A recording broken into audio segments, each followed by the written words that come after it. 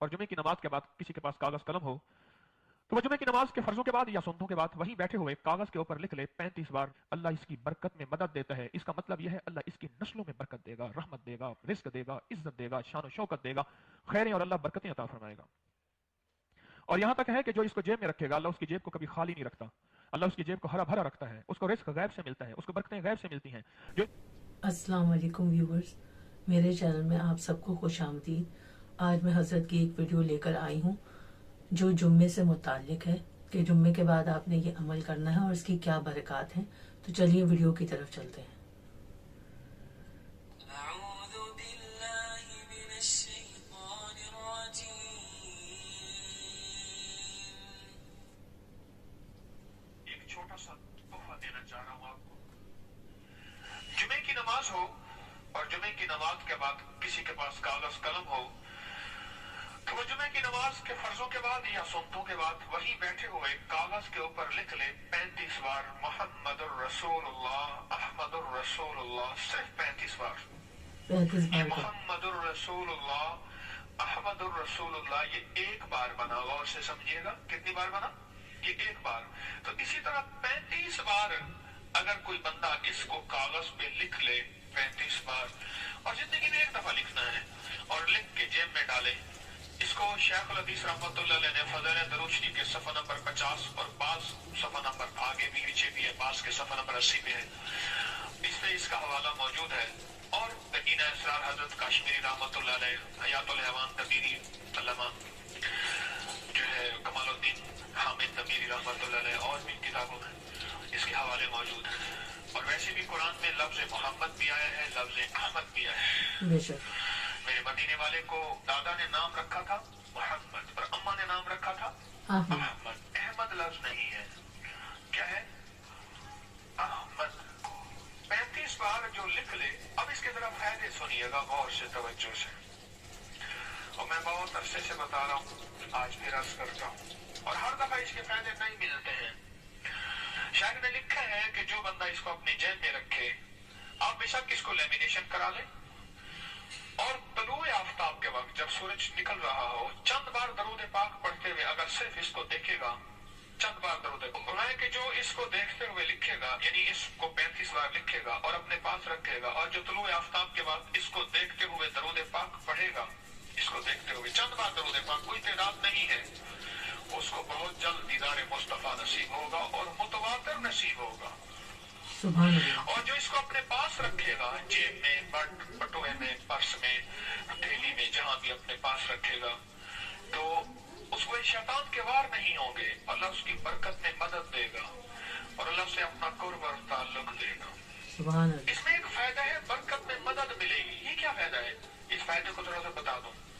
اللہ اس کی برکت میں مدد دے گا۔ برکت میں مدد کیا ہے؟ آج اللہ نے آپ کو برکت دی ہے، رزق کی، عزت کی، صحت کی، راحت کی، رحمت کی، خوشیوں کی، کامیابیوں کی۔ ضروری نہیں ہے آپ کے پاس رہے۔ اکثر وہ کیا کہتے ہیں جی، خود تھا تو تھا، جاتے ہی سب کچھ ساتھ لے گیا۔ بے شک کہتے ہیں نا، بعض بندے ایسے ہوتے ہیں جن کے ساتھ اللہ نے برکت کو جوڑا ہوا ہوتا ہے، وہ گیا اور سب میدان ہو گیا، فارغ ہو گئی ہر چیز۔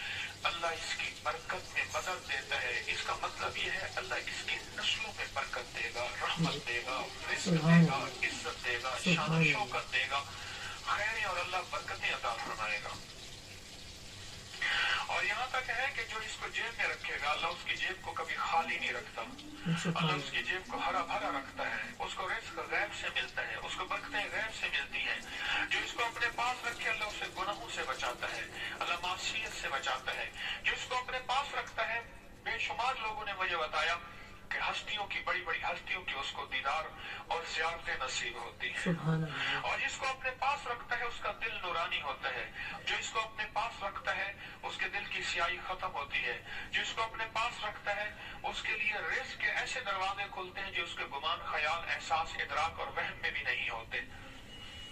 اور بعض لوگوں نے اس کو لکھ کے بطور تعویذ گلے میں ڈالا، اس کی بڑی برکت ہوئی۔ بعض لوگوں نے اس کو لکھ کے اس کو پانی کی بوتل میں ڈال دیا، گھر میں سارا پانی یہی استعمال کرایا، اس کی بڑی برکتیں ملی۔ گھر کے جھگڑے، گھر کی نافرمانیاں، گھر کی مصیبتیں، گھر کی پریشانیاں،